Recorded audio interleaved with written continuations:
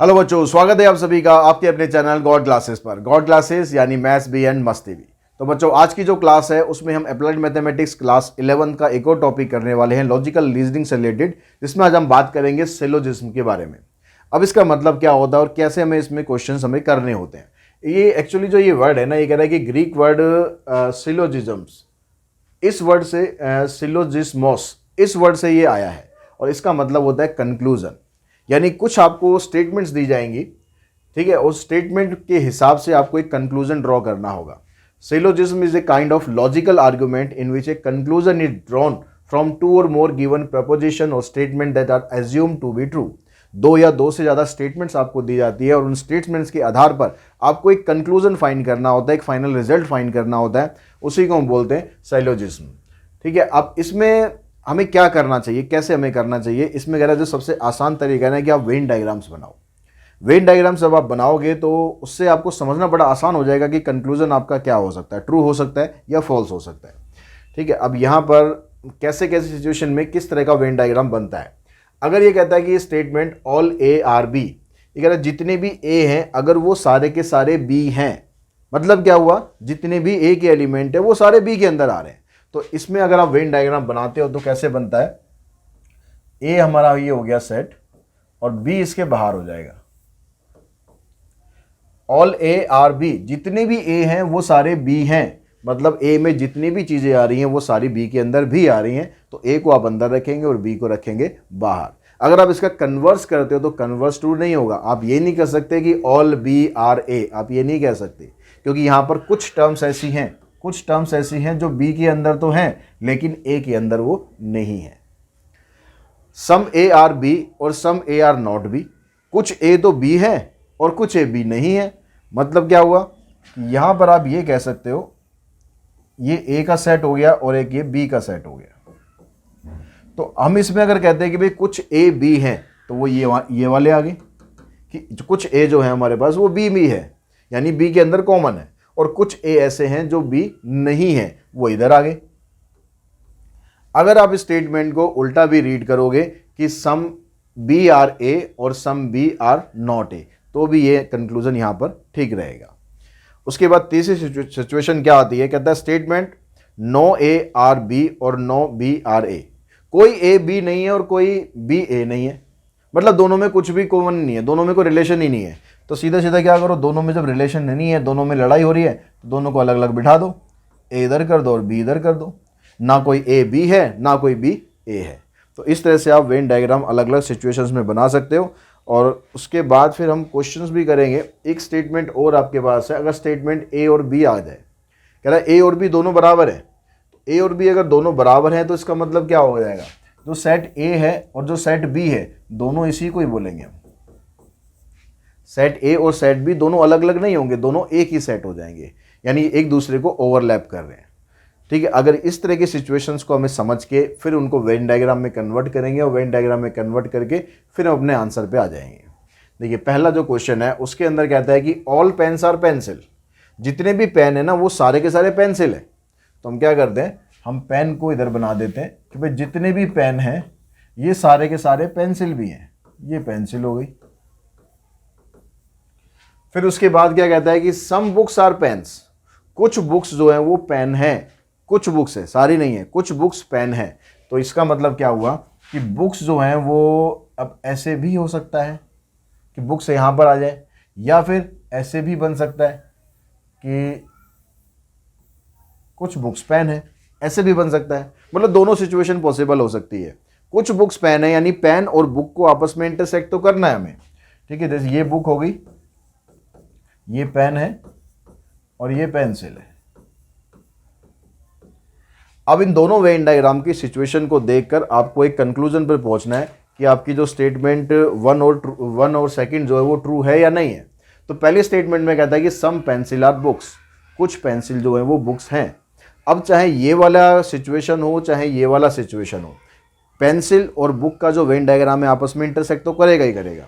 ठीक है, यहाँ पर या तो ये इसके अंदर पूरा आ रहा है या फिर ये इसके अंदर आ जाएगा। तो दोनों ही सिचुएशन के अंदर ऐसा हो सकता है कि कुछ पेंसिल जो है वो बुक्स हो सकती है, यानी ये वाली जो स्टेटमेंट है, ये वाला कंक्लूजन जो है वो ट्रू है।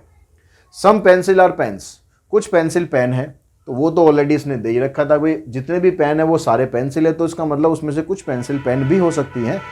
ठीक है, दोनों सिचुएशन में से आप किसी में भी देखोगे दोनों ही कंक्लूजन आपके ट्रू आएंगे। क्वेश्चन नंबर सेकंड में यहां कहता है कि सम कैट्स आर पेट्स, कुछ कैट जो हैं वो पेट हैं, कुछ कैट हैं पेट, यानी कैट और पेट दोनों आपस में एक दूसरे को इंटरसेक्ट कर रही हैं, ये कैट है और ये पेट है। No pet is a lion, कोई भी पेट लायन नहीं है, कोई भी पेट लायन नहीं है, तो इसका मतलब लायन का जो सेट है वो पेट से अलग होगा, इस तरह से हो सकता है। ठीक है, या फिर ऐसे भी तो हो सकता है, ये सिचुएशन हो गई, ये लायन है, ठीक है, यहाँ पर ये पेट हो गया, ये कैट हो गया और यहाँ पर लायन हो गया, ऐसे भी हो सकता है।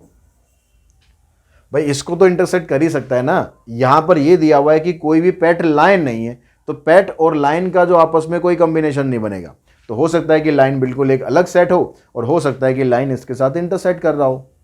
तो अब इन दोनों सिचुएशन से अगर हम देखें, कहता है कि no lion is a cat, कोई भी लाइन कैट नहीं है, यहाँ पर तो नहीं है, लेकिन इस सिचुएशन में अगर हुआ तो यहाँ तो पॉसिबल है, यानी ये वाला स्टेटमेंट, ये वाला कंक्लूजन फॉल्स है। नो पेट इज कैट, कह रहा कोई भी पेट कैट नहीं है, तो ऐसा तो हो नहीं सकता। जब उसने बोला कि सम कैट आर पेट, तो इसका मतलब कोई कुछ पेट जो हैं वो कैट हो सकते हैं।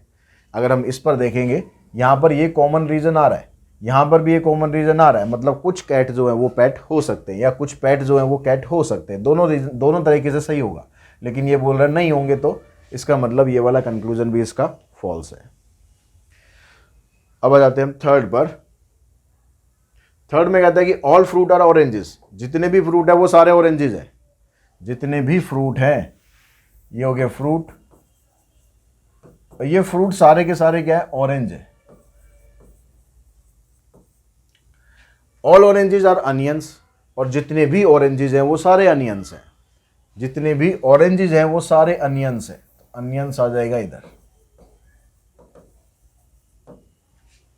ठीक है, इसी तरीके से बनेगा, all fruit are oranges, all oranges are onion, तो एक ही सिचुएशन है कि भाई ऐसे ही हो सकता है। अब देखो कि सम अनियन आर ऑरेंजेस, कुछ अनियन ऑरेंजेस हो सकते हैं, डेफिनेटली हो सकते हैं। सम फ्रूट्स आर अनियंस, कुछ फ्रूट्स जो है अनियन हो सकते हैं, ये भी हो सकते हैं, तो इसका मतलब ये वाला ऑप्शन भी ट्रू है और ये वाला ऑप्शन भी ट्रू है।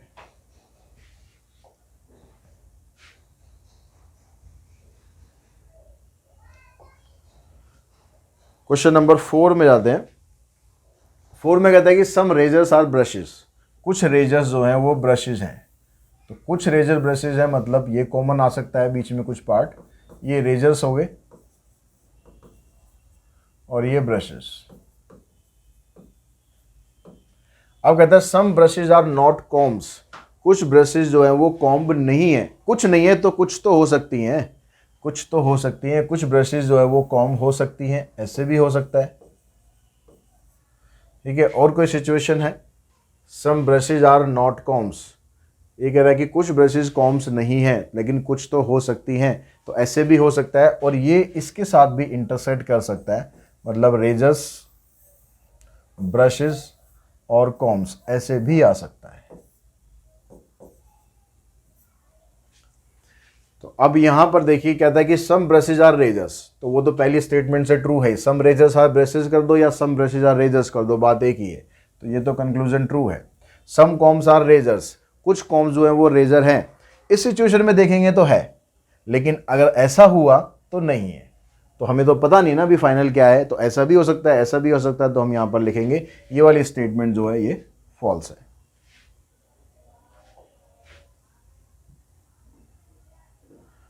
Question number 5। तो 5 में क्या कहता है कि ऑल बकेट्स आर टब्स, जितनी भी बकेट्स है वो सारी टब्स हैं, ये बकेट्स और ये tubs. All mugs are tubs, और जितने भी मग्स हैं वो सारे टब्स हैं, जितने भी मग्स हैं वो सारे टब्स हैं, तो मग्स टब्स के अंदर ही होंगे, तो ऐसा भी हो सकता है कि मग्स इधर आ जाए, है तो ये टब्स के अंदर ही, लेकिन ऐसा भी तो हो सकता है, ये टब हो गए, ये बकेट हो गए और ये हो गए आपके मग्स, ऐसा भी हो सकता है। इन दोनों सिचुएशन के अंदर ही जितने भी मग्स हैं वो सारे टब बन रहे हैं। तो पहले स्टेटमेंट में कहता है कि सम बकेट आर मग्स, कुछ बकेट्स जो हैं वो मग्स हैं। तो यहाँ पर एक सिचुएशन और भी हो सकती है, एक सिचुएशन और भी हो सकती है कि ऐसे भी हो सकता है भाई कि ये टब्स है और ये बकेट्स है और ये मग्स है, ऐसा भी तो हो सकता है। क्योंकि उसने जो सिचुएशन हमें दी है कि भाई जितने भी टब्स बकेट्स हैं वो सारी टब होंगी, जितने भी मग्स हैं वो सारी टब होंगे, तो वो ऐसे भी बन सकता है, ऐसे भी बन सकता है और ऐसे भी बन सकता है। तो अब यहाँ से हम देखते हैं कि हमारे पास कंक्लूजन में क्या कहता है कि सम बकेट्स आर मग्स। तो अगर हम ये वाला डायग्राम लेते या ये वाला डायग्राम लेते तो इन दोनों में तो ये ठीक है, हो सकता है, लेकिन इस वाले में नहीं हो रहा है। तो मतलब हम कहेंगे ये वाला कंक्लूजन ट्रू नहीं है। सम टब्स आर मग्स, कुछ टब्स मग्स है। तो इसमें चाहे आप ये सिचुएशन ले लो, चाहे ये सिचुएशन ले लो, चाहे ये सिचुएशन ले लो, इसके अंदर हो सकता है कि कुछ टब्स जो हैं वो मग्स हो। तो यानी ये वाला स्टेटमेंट जो है ये ट्रू है, सॉरी कंक्लूजन ट्रू है। उसके बाद चलते हैं नेक्स्ट क्वेश्चन नंबर 6 पर।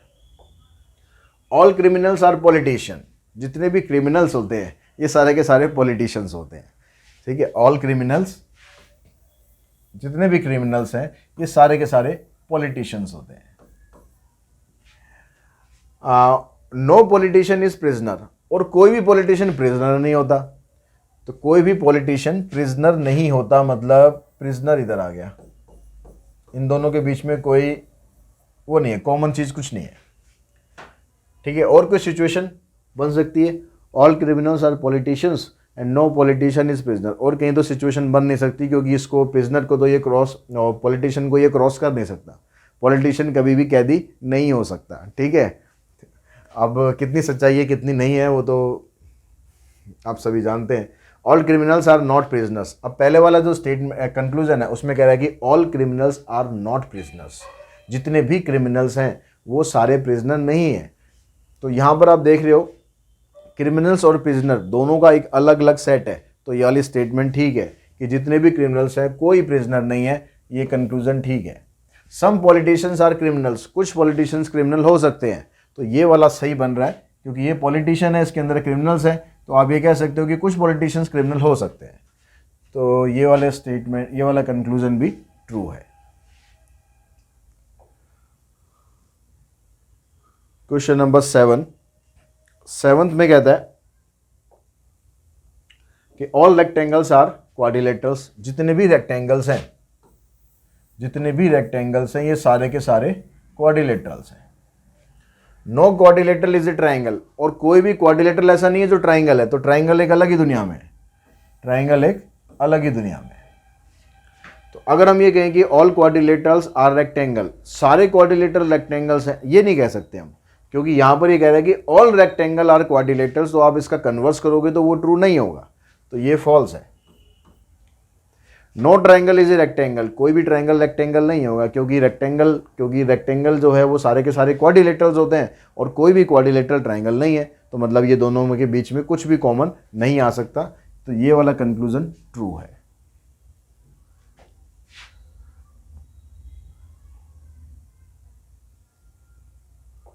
क्वेश्चन नंबर 8 पे चलते हैं। कहता है कि सम शिप्स आर गॉड्स, कुछ शिप्स जो हैं वो गॉड्स हैं, कुछ शिप्स गॉड्स हैं।